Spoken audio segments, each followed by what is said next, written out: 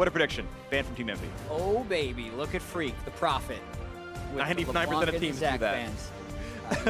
It's definitely a thing that exists on patch 7.12, will most likely on 7.13, which is currently the live servers. The interesting one, though, is the Braum ban.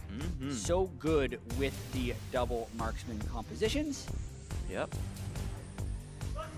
Hakuho's second most played champion of the split, the Braum. He's a very more supportive of a bot laner, as feels like, of a support, I should say, in this split. Flee off the table for the mid lane, no Galley for the top lane as well. Ssumday actually not losing quite as many tanks as he was in the previous game. And we'll see what comes through, though. Looks like Elise still highly prioritized. Will be first picked here for Shrimp. Yeah, it's been a good champion for Shrimp in the games that he has played. Also, it is one of LirA's best champs, although I feel like LirA is going to be pretty comfortable on Lee Sin. The impact that LirA had in the early game, probably something they're fearful of, but honestly, I don't see much of a difference between the Elise and the Lee Sin. I want to see him play Nidalee like MVP Mike Young. Not going to happen, though. Rek'Sai is the crab. LirA bringing out the land shark once again, and a repeated Xayah here for Apollo. So even though it was Team Dignitas, I believe, who had high priority on Jhin earlier for themselves, Apollo doesn't care about that. He still wants to play the same champ as before and says Xayah is my #2 champion. Yeah, so had some really good team fight presence with that pick there. Tristana has been a pick that has just been steamrolling through the North American LCS so far this split, since kind of jumping back into the meta. A lot of these games, especially between these teams, do go very late. Being able to burst down those turrets can be very effective, and the late game scaling with the static shift rapid fire cannon build is really potent. And look at that win rate, 11-3 for Tristana. She's about 50-50 in solo queue, and again, it's a 14-game sample. You can't say, oh, she's insane. Yes, Trish is not a 78% win rate in solo. That would be a little bit crazy. That would be a little bit, again, sample of 14 games, but certainly has been gaining some respect, and we are going to have Rakan back in. The duo is in. Team Envy have got the Vestians. Hakuho. Let's go. Third game. Yep. I'm excited. Rakan. I'm excited. Yeah, it is it's good, a bunch of new champions and reworks for Envy. They're going for just the new stuff. Yeah. I mean, I do like the duo, obviously, specifically because it allows you to go a much squishier build and then still get out of there after you go and make your initiation. What I want to see, though, with the rest of their picks is things that actually combo well with it. Whenever I see Rakan do well, it's when you're comboing it with something like an Orianna or a Jarvan. They can combo really quickly with the initiation. I just get sad when Rakan goes and puts the half a second to 1 second of CC, which is accompanied by very little damage, and then dashes back and the team just shrugs it off. Right, yeah, you got like Elise in, runs around like, I landed a Q, guys. Like, that's cute. Way to go, buddy. Yeah, so we'll see if the follow-up can be there, if Team Envy can get the combo, can get... It's interesting, I heard recently that the fighting game community does not like the term wombo combo being used so much, or I should say specifically the Smash community, because that's not what it's supposed to mean. It's too bad if you appropriated your term, Smash players, I apologize, but it means when you blow up all at the same time. Yeah. That's what we mean. That's what we call it. That's what we mean. You're allowed to make your own words. I know. As long as it becomes colloquial. Yep. That's just the way English works. Yeah. Sorry, guys. It ain't Falco, but it's going to be a lot of damage here in League of Legends. Thresh picked up, of course, and the final bans coming through. More split pushes removed from Seraph. The Rumble again banned away. Looks like Team Dignitas did not care enough to pick it earlier in the phase. Which is interesting because Tristana was probably not going to be a likely ban, even though it is a somewhat freaking pick for Altec. Either way, though, they don't care that much. They might pick a team fighter later on. Once again, though, it is this Shen. Envy really prioritizing this champion. Yeah, and I think Team Dignitas just wanted the option to counterpick one lane. Sure. That's potentially why they did the Tristana, not to mention they can just say Tristan or Rakan is good. It's a matchup they're okay taking. And now they get to at least counterpick the top lane. Gonna blind the Orianna, taking that a little bit away from Team Envy. Of course, it's one of the nice mid lane matchups alongside a Rakan. Shen has the CC to jump in as well, but not the damage. So still waiting to see where Envy's burst is going to come from. You really kind of want that alongside the Rakan. It is so interesting because I feel like Team Dignitas will want to take Jarvan, but the Corki is still up and we could have an incredibly similar team composition to last game. Yeah. So they're going to switch it up a little bit. All right, Kled going to be the matchup. Feels a bit more comfortable doing this one. Has a lot of forward motion available to the team, and we'll see what kind of good team fight Ssumday can engage for the squad. But you're right, it is still a very similar look. The major difference being the fact that it is a Tristana replacing the Jhin, who is an absolute beast of team fight damage output. Trish can certainly be the follow-up they need. As Apollo was saying earlier about Altec, he's a bit more aggressive of a player, a bit better of a laner, and it is the Corki, as you mentioned, Jatt. So they're going to hope that Xayah, Rakan, and the Corki is going to be enough damage output to combo off of it. I think it's a nerfed version of Envy's team composition. No Braum, I think, definitely hurts a little bit of the late game. And then Rek'Sai for Elise is arguable of what would be better, but especially if you're just trying to keep people at arm's reach, the Elise would have been better. So I think Team Dignitas has denied them a little bit. Not to mention, now they have a Tristana to kill Shen, whereas previously they only had a Jhin who definitely doesn't kill Shen. Absolutely agree on this one. I think Team Dignitas has adapted well, and if the game plays out in a similar way and they get that lead, I think they could close it this time. And that's really smart. It's fun seeing, because I totally agree with you, Jatt, about this chance, like, in Team Dignitas getting a better end of it this time around, of what adaptation looks like. When you understand, like, here's my opponent's goals. If they run double marksman again, here's the most important ban we can get, right? They free up one ban because their blue side don't have to ban Zach anymore. Yeah, that's obviously pretty nice. But if the Braum is off the table, you've got to play a weaker support here. We take the Elise, you have to play a weaker jungler, and they can make that comp look a little bit more manageable. You're picking different champions as well, being able to melt the front line with a more auto-attack focused bot laner, and we'll see if these small adaptations is going to move the needle enough that Team Dignitas have the scaling they need to win these late game fights. If they can win the same early games, then good for them, but we'll see how it gets played as we get ourselves into game 2. Yeah, Team Dignitas going to want to bounce back in a big way here, because if they fall, they will tie Envy in the standings at 5-5 after that 5-1 start. Right. And let's see if Team Envy can close it out, or if Team Dignitas makes it a 4-match slide, 0-2 weeks back-to-back, not where they wanted to be. Up until they lost the split, they were winning it. Team Dignitas on their way down, but hopefully they can turn it around here. Some smart adaptations in Champ Select. This comp looks to be a much better matchup here in the second game against what Team Envy is trying to accomplish. Dignitas certainly, I think the front line is good enough that Altec can just absolutely take over. Yeah, it's not the same level of frontline as well, though. It depends if Shrimp goes AP or tank, and it also depends how much gold income Big gets, because the Kled won't become that tanky until a little bit later into the game. Generally does start with the Cleaver and Hydra variant of the build, but still a lot of damage they can run through with. Absolutely the case. We'll see what comes in. Minion spawning in quite a while here, and not the most aggressive of wards just yet. It's pretty standard holding patterns. No crazy trades, nothing to be concerned of just yet. We've been seeing a couple of people go Cinderhulk on Rek'Sai. I know Zyrene's a big Rek'Sai main. We were talking about the champion yesterday. But Warrior's still been a bit more frequent on 7-12. I think we'll see more of that change over on. In about a month's time, or I guess next week at Rift Rivals. Pretty soon. Yeah. Pretty soon. In about 4 or 5 days.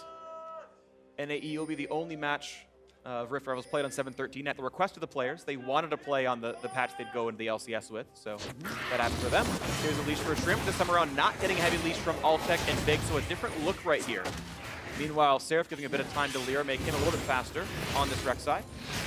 A little surprised that they didn't decide to give a better pull with the Trist and Thresh, since they still kind of came to lane a little bit late, but they kind of feinted a pull. Yeah. They've actually won one. Let's see what comes through in this one. 2.7 thousand, 2.8. No big surprises just yet.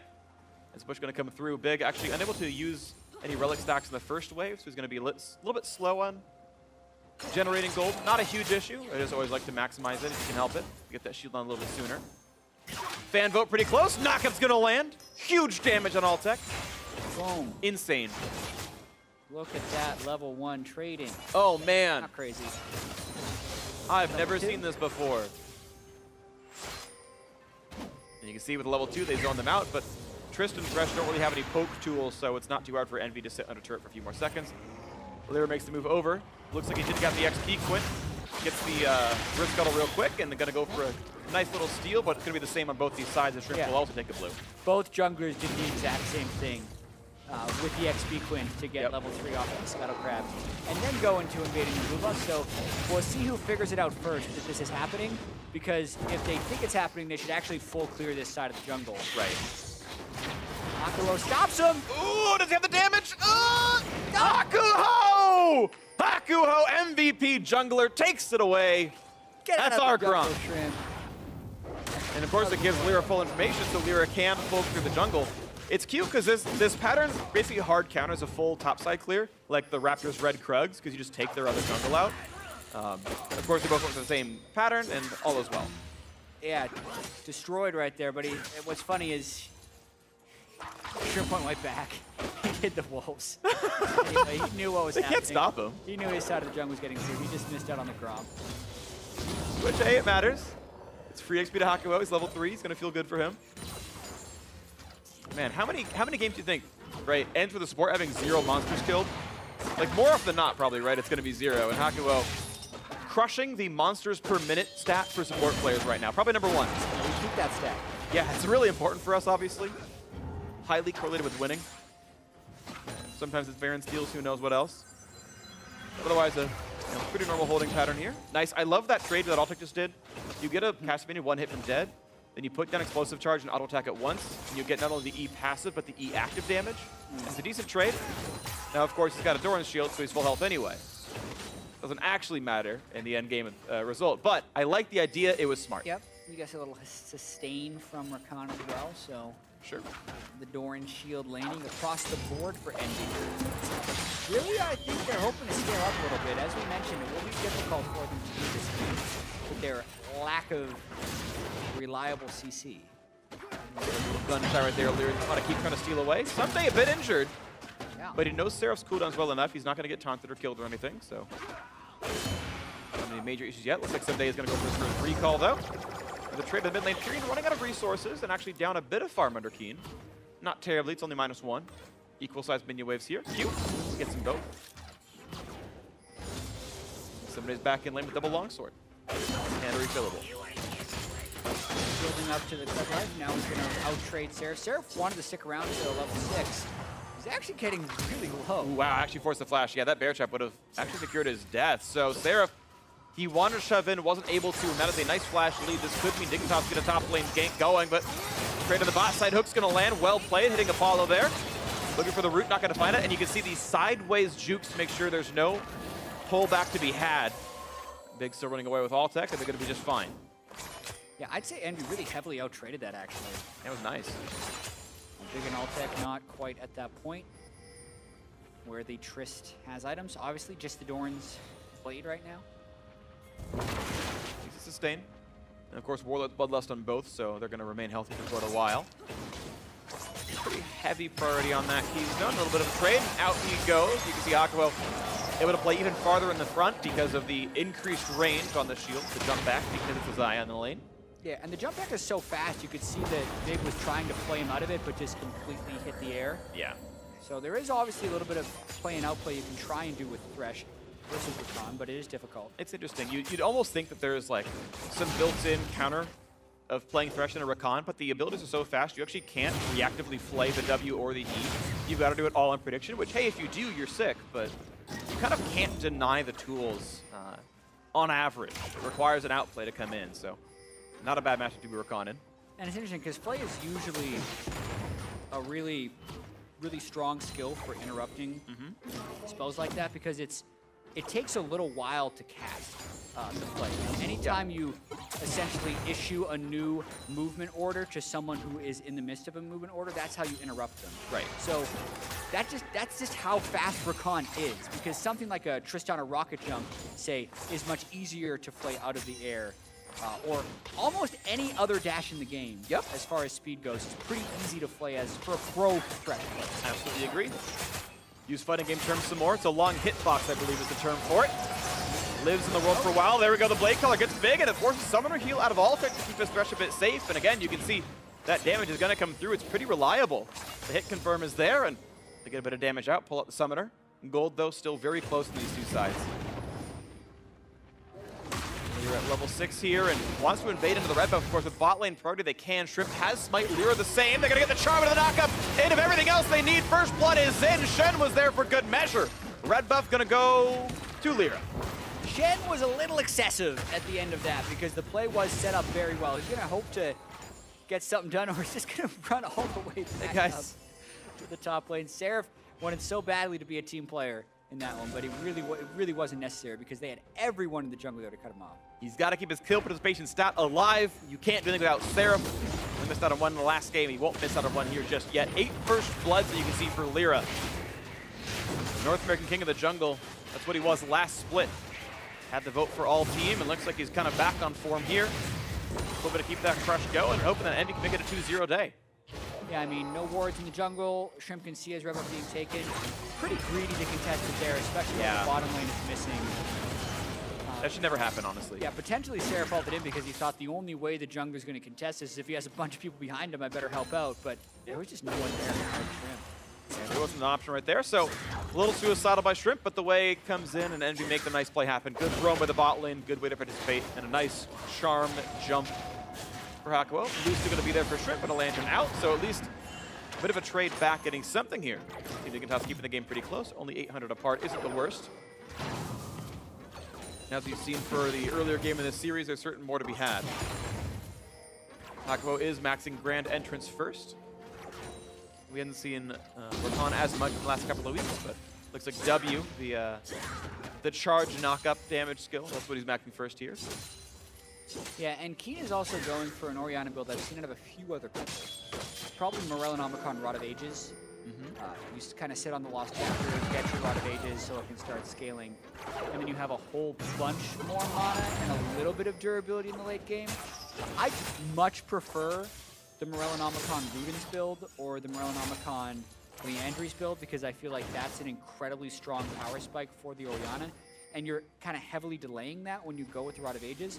What the Rod of Ages does give you, though, is that little bit more durability. So he was a little worried, I feel like, last game with the Orianna getting zoned out by the Shen or being pushed out of fights, and he's less likely to do that when he has more health. Absolutely the case. The game I saw earlier was against Syndra, worried about getting one shot for the ulti combo, but it might signify maybe split push duties, having to face up against Corki in a side lane later on, and need to survive LirA ganking him at some points later on. We'll see what the incentive ends up being, because it's same player, same champion, similar lineup, but a different item build. And I feel like if you're worried about the Corki damage in a side lane, you should be going Banshee's Veil. Sure. Maybe even Banshee's Veil in general this game because of the Rakan initiation, but either way, Keane gets to do what he wants because he's the one on stage. Yes, he is. We'll see what goes for him. He's been a good player overall, been in the LCS for quite a while now at this point. Maybe more comes in. LirA tries to fight the top lane, battling back and forth as Skull runs away, and Ssumday left alone to fight a ninja by himself. Looks like he'll be fine though, stacking the courage back up, and should be all right with himself. Gold 1,000 up for Team Envy, looking at maybe Mountain Drake in the near future. They've got Scuttle control. They've gotten away some of the wards. Warrior enchant done for LirA. Just now Runic Echoes for Shrimp, so similar timing to the junglers. First Blood obviously helps.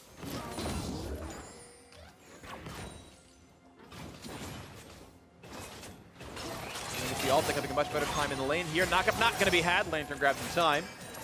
But it's actually Altec with that 10 farm lead. Some of that is Envy roamed out to go for that red buff kill, but you know, not going to blame Envy for that one. But still, a nice upgrade for Altec to tie up the farm once again. Yeah, it definitely feels like both of these teams are looking to scale up for the late game. Very little early game action out of Shrimp and LirA. I was expecting to see a little bit more of that, but Shockwave's actually Keane went for damage on the two of them. Huh. Maybe that sets up a Mountain Drake take if they're just trying to force recalls? I just see it frequently regardless, because it's, if you think it's going to be a low action game, you just do it for the damage and you hope that you can buy some time. And the sign of lane dominance, but Shrimp looks like he's going to play for ward control, and yeah, there still might be a chance of the Drake. Problem is, as Envy have recall, they're coming back on the map. They know there's no Shockwave up, but it looks like Envy going to have to give this one away, that everyone realized the control was enough. And yeah, partial credit to Keane, partial credit to Shrimp and the rest of the team. Taking over that bottom river, and the Mountain Drake is almost definitely theirs. LirA's around, but not in range. Picked up, nicely done. First Drake goes over to Team Dignitas. LirA wants to knock him. Here comes Shen. Here comes the counter engagement. There is no Shockwave. Keane is low. Here comes the Rek'Sai. Can't open the wall though, as he's in fog of war. There he goes, finds the vision. Couple more shots will do it. One more hit the hook. It's gonna be a trade though. The first kill comes in. Now Shrimp is low, flashing to safety. The jump in forward. No CC yet to be had though. Here comes the quickness. Here comes the knockup. Buying a few more seconds for the squad to jump forward, and they do get the kill. As Shrimp has gone down 2 for 1 favor of Team Envy. Lost the Drake to get a red buff though and a kill plus. Yeah, boy, did they pile in for that fight. Knowing the Shockwave was down, I think, is one of the things that emboldened them to make such a huge initiation effort. No one really had a particularly large lead before that fight, but they knew a team had just done Drake, blasting around on the blast cone for a while, and taking the red right at the end. All right, see if that pans out to be more for them. We watch this fight again. Yeah, I mean, Kled is also not here right at the start, so the teleport comes in. He just kind of erupts into a 5v5 right off the bat. Altec immediately put in retreat mode because he actually rocket jumped over the back of the Drake pit. He is the reason they're able to get the damage down onto LirA, but then the chase continues. Watch that initiation from Hakuho. So fast, flash, quickness. Gets the multi-man charm and allows Seraph to pick up the final hit of the kill. Good enough stuff by him, but now the re-engaging top side. Shrimp wants it, and no! Not enough damage dealt. LirA gets it instead. Took it down to 13 damage, and then Phreak gets it for LirA. That one hurts. It does hurt. Unlucky number 13, didn't have the damage, sadly. Shrimp's gonna feel that one for a little while. That's actually several times now. Shrimp has just barely missed a jungle monster. Hakuho took his Gromp away. Yeah. LirA gets the Prey Seekers to knock down the red buff. And slightly unlucky for Shrimp. 0-2-1 here on him. Again, this game's still really within reach. And that Drake helps make up for some of the gold deficit so far for Team Dignitas. NV have the package here on the Corki. And I feel like with the way this game is trending, still being quite slow and the lane's not really opening up huge advantages on each other, the draft is going to end up being really interesting in the late game. One, because of the way we saw it play out last game, since NV had a very similar team composition, seeing top laner, mid laner, and AD carry, they just switched out the support and the jungle. And then Team Dignitas has basically switched out Jhin for Tristana and Jarvan for Kled for, I'd say, more late game sustained damage. And in the last game, the fights really kind of broke open when Seraph became unkillable and allowed Pirean and Apollo a bunch of time to 1v1, as Seraph actually get pretty restful on Ssumday. Yeah, almost the opposite of unkillable. Ssumday nearly going down, but remounts in time, and now it's Seraph who's forced to turn tail and run. He's going to hope the cowardice is going to work, and it's not. Ssumday just going to get away with it. A great 1v1 kill. Ooh, and those solo kills can make the draft irrelevant sometimes when you're able to get those 1v1 outplays, because typically at this level, solo kills rarely happen, let alone 15 minutes into the game. Seraph thought he had an advantage with the Ninja Tabi, and the Tiamat thought he'd be able to outtrade, but Ssumday getting the remount. It's very difficult for a non-high damage champion to actually beat Kled in the 1v1 because he can remount so quickly after being dismounted. It only takes him like 3 or 4 seconds. You have to do the rest of his health bar in that amount of time, and Shen just didn't quite have it. So, well done to Ssumday. He got the counter pick, of course. The Shen was blinded this time around. He said, okay, let's go Kled, not Jarvan, as you mentioned before, and, you know, to a certain credit, that's champion select, but still great plays by Ssumday to make it happen. Yeah, and then to close out the point we had before that fight, basically, if Team Dignitas's carries can cut through the tanks of NV, which they were unable to do last game, then Team Dignitas is actually going to be okay with dragging this game out. Yep. But I can see why NV would also be okay with dragging it out, because they won the last game with what feels like a very similar team comp. Absolutely agree. So we'll see who gets the better of it, or if it just comes down to who plays better onto this one. As once again, we go into a bit of a slower period as we're not seeing crazy gank pressure, not seeing crazy roams. It's slower paced teams right now. 5 kills in 17 minutes kind of speaks to that point. Next pick up is Infernal in 1.5 though, so you expect both these teams to play for that soon enough. As Seraph put his last hit under his turret and get a couple of those. First major items are done though. Altec halfway towards Zeal. Already has the Infinity Edge done, so really good damage here. And Apollo actually a bit behind that.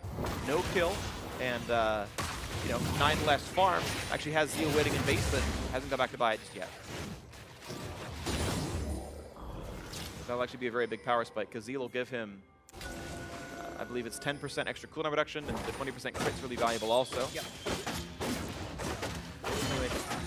Boost that cooldown reduction of Essence Reaver up to its max. Not quite. It'll put it at 10 of the 20 bonus, though. Doesn't Zeal give you... you have to have plus 30. You don't... Yeah, but you need 30 crit. 30 more crit to get the entire, and it's non-linear. I play a lot of champions, trust me. It's definitely 10% crit off of Zeal. And the other 10% comes from your next 10% crit chance. Cool. You get 3% for a Brawler Glove, 10% for a Zeal, and 30% for a Phantom Dancer or something. Or 20%, sorry, for Phantom Dancer. Really strange. Not, yeah, it was to slow down the power spike of Essence Reaver builds to make it non-linear scaling. 30% CDR right away. Yeah. So it's not super easy. Yeah. And Apollo now knocking down a bit of the bot lane turret. Did manage to get this turret down and force the quick retreat. Keane, though, here to defend. 3v2 on this side. A nice play into the box. Here comes the attempt at Featherstorm, but the shotgun wasn't there. Here comes the follow-through. And here comes Shen to buy a bit more time. But Ssumday charged to the front line. No target to be found just yet. Ssumday a bit injured, though. Has to get played back in. He's going to be dying for this one. Comes in to save a teammate, but losing his life for it. The selfless Seraph going to go down. Ssumday making the collapses when it counts right there, stuffing that engage. Also the patience of Keane Shockwave kind of fading out Apollo's Featherstorm. And gonna buy a bit more on this one as they keep retreating back. And 700 gold lead. Infernal Drake alive.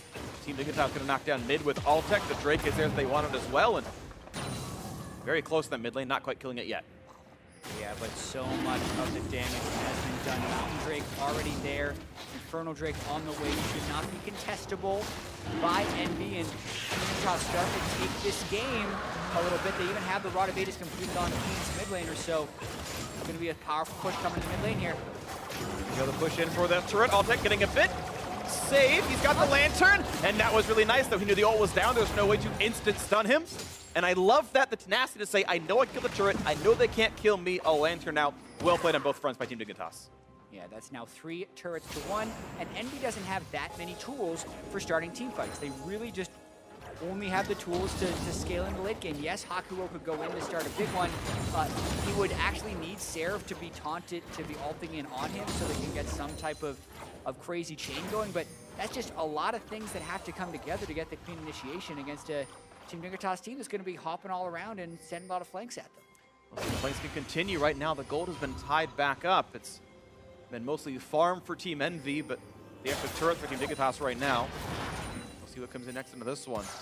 It's actually mostly LirA with giant Rek'Sai farm because every single lane down the line has less CS, and yet despite that, the team with less turrets basically equal in gold. So LirA farming up nicely, and he's got that 2-level lead over Shrimp. You can see the 1,400 gold individually. Rek'Sai, though, not really a hard carry champion, but all of their gold right now is on this jungler. Yeah, and in the mid game, I feel like that's one of the champions you least want to have your gold lead. I think Rek'Sai can do some great things in the early game from a vision control perspective and getting a lot of duels off in the jungle, but as you scale towards the late game, you're not very effective. I like the fact that he's going with the higher damage build to hopefully maybe do some split pushing and get some one-shots in, but the scaling on Rek'Sai is really underwhelming when compared to the scaling of, say, a Corki or a Xayah, where you'd much rather have the gold. Well, absolutely the case. You're not going to see any criticism in the LirA just here. And well, we'll see what comes in next, though. Baron Nashor is alive. No mountains for EnVy, but they still have decent damage output. There's always the chance they get something to happen. Package used for nothing by Pirean, and waiting to see more happen here for this one as Team Dignitas going to shove this in. Mid priority is theirs, but Pirean can answer that closely enough. More folk on a big, but unlike the previous game, there aren't those cocoons to start things off and find those opening picks. Hakuho grabs his coins. Back to go to this side of the map. Yeah, and it's about managing the split push right now, because I think Team Dignitas is still pretty happy scaling this one out. They have made that adaptation in Champ Select to have much more sustained damage, and they're very confident, I think, in Altec's ability to carry this game. That's where they're throwing him over into the side lanes. He's the one farming back up, and he's still just building up his crit items. Building up, building up, building up. Tristana feels great in the late game. Suddenly they have found LirA. He's squishy, though the play is in. Shen might not be enough. Shockwave only gets one. A big knock-up in as well, but LirA trying to buy some time with the ulti, cutting back towards Ssumday, tunneling away. He's going to stay alive. Nice tricky feet there, but now Seraph forced to flash the chases, and they're all over the wall, and Seraph going to go down. One more picked up for Team Dignitas. Yeah, they even get LirA in the back, too. And Ssumday's still going, actually. Taking on the world right now, off in the side. Team Dignitas starting to run over EnVy in these team fights, especially when they can get LirA, as you mentioned, the primary gold holder for EnVy so low after the start of the fight. And here they go for the Baron attempt. Looks like Team Dignitas looking to play it pretty fast and aggressive. There's no Shen, there's no jungler, most importantly, so Pirean and Apollo. Maybe with help of Hakuho, maybe can try for this one. Pirean low on mana, knocked back by Trist. The damage is there. Spike comes in. Shrimp this time will not lose the objective. And Team Dignitas up 3,000 with the Baron buff. Yeah, turns that into a big lead. Watching this one more time. Big just roaming in. There's a Xayah in the top lane, so they know they can get the edge on this fight. Plays him out of the tunnel, great timing.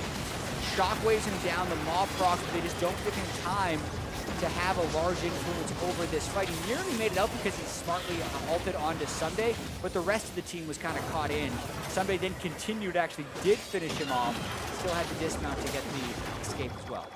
Nicely done there by Ssumday. He's looked so good on this Kled. He had a good scoreline of the driving game, but just didn't have enough impact to actually win it for the squad, but he's gotten several really high importance kills in this game. The Dive took it a 2-for-1 to kind of guarantee that there's no Baron steal. By killing LirA, it made the Baron happen.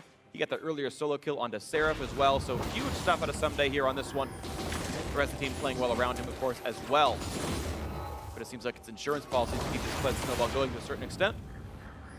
Let's see what's up next for Team Dignitas. Last Baron, they got 3 turrets with it, plus the middle inhibitor. Looking now at mid lane tier 2. Should die soon. Yeah, big Tristana shot coming through.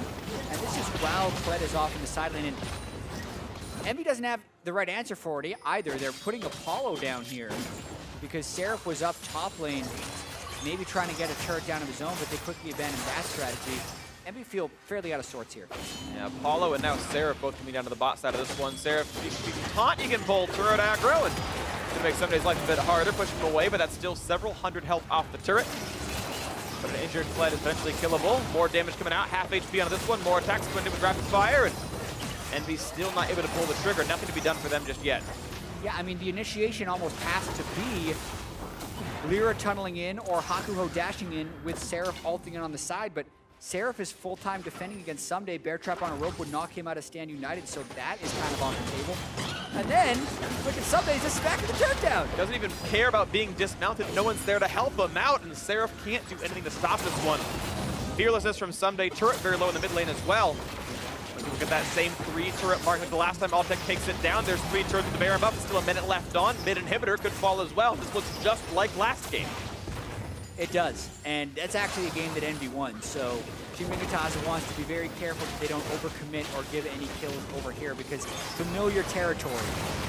Oh, they caught out big, and here comes the package. This is the turnaround fight they're hoping for. Seraph's alive, he's ulted in. He's there alongside Pirean to devise some time as well. Do they have the chase that they need onto Keane? Bear trap buys some time against Seraph. Orianna's coming in, Feather Storm comes in, the Blade Color not going to find any targets just yet. They've taken down LirA. It's EnVy who've lost 1. The re-engage now for Ssumday, a double kill for Altec. He wants them all, he's going to find a 3rd. Can they get him a 4th? The flash forward, the Bear trap. Apollo should be going down in flames. And it's a 4th pickup there for Altec, the Quadra, and it's all about Pirean. Do you want to give it over? Where's the fantasy points? Where's the Corki? Corki's coming out, Pirean's watching. Ssumday!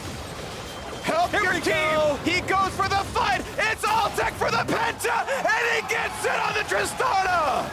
6-0-1. Big difference there between the Trist and the Jhin as far as resetting these team fights in.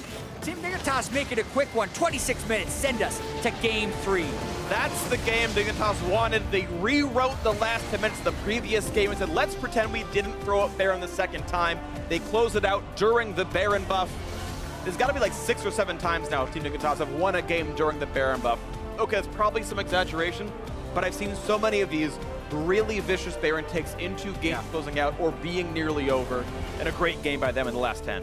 Yeah, and even though Altec picked up that pentakill, he only did 12,000 damage to champions on the game. Sure. Because EnVy and Team Dignitas weren't fighting that much. And I think this game is a pretty good illustration of why it's important to adapt to the series. Yeah. It felt like EnVy tried to pick the same team composition 2 games in a row, but didn't have the same tools to pull it off. And then Team Dignitas had many more tools to counter it. Yeah. So when it did actually get to that mid to late game phase, it really all started falling apart for EnVy in a very fast way. Absolutely agree, and it was just really good to see Team Dignitas just kind of turn it on and say, we've got the leads we need, let's go, let's go, let's go, and all those things worked out. I got to give huge props to Ssumday. Again, his solo kill against Seraph in the top lane, dismounting, remounting, killing him off afterwards. The fact that he got the chase down on LirA in the team fight, that got him the Baron take in the first place. Thought he played the front line so well. And then even at the end of it, I think it was a 4v5 that won the fight in the first place because Big got picked off, EnVy wanted the battle, and then here comes Kled diving down the front line, making the fight happen. It was really, really nice. Team Dignitas, an incredibly well-played game to close it down. And now for a deeper dive on that win, let's hand it off to Dash and Mark.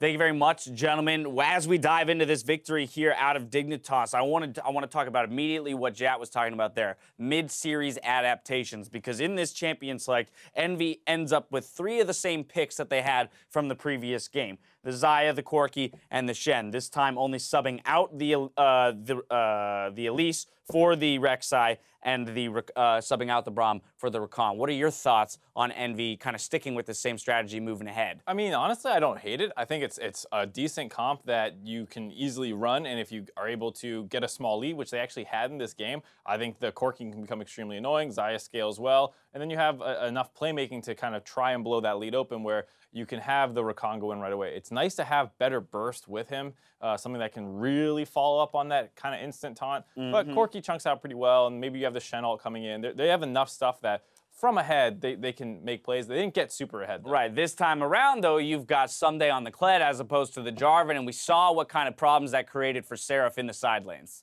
That was a huge thing, as well as the Tristana being kind of a cleanup, hyper-scaling champion. Jhin, very, very strong, but Jhin doesn't quite have that, like, put the ball on him, speed him up, let him go wild. Right. Tristana has that power with that range, and as they kind of headed into the mid-game, you know, the Envy, or Dignitas, excuse me, has clawed their way back in the game, despite the fact that the first blood went to Envy on a good invade, right. And then they had that dragon skirmish. Like, things were going pretty well for Envy, but they never quite blew that lead back open, and it was actually Dignitas that grabbed all the turrets early on. Well, that as well as the Baron, right? Yeah. As they had kind of given away some of it around the Baron in Game 1, Game 2, they go back to that summer split Dignitas that we've seen so far around the Baron. They control it well, 2-for-0 plus the Baron off the back of this. And 20 minutes into the game. Jatt talking about the fact that LirA was one of the ones who really had a lot of this kind of gold advantage, and he plays this skirmish awful. He kind of tries to juke out Big, like Big's gonna throw the hook. Right. He just runs at the Rek'Sai until he's on melee range, and then he finally sees him, easily chunks him out right at the start of this fight, and then it's a disaster from there. The rest of the team getting an easy chase down to multiple people. Ssumday going really hard under that turret to secure the kill onto LirA, which is actually what kind of enables them to get that Baron because there's no longer the threat of a smite steal. Yeah, from there, the game actually closes incredibly quickly, only because, again,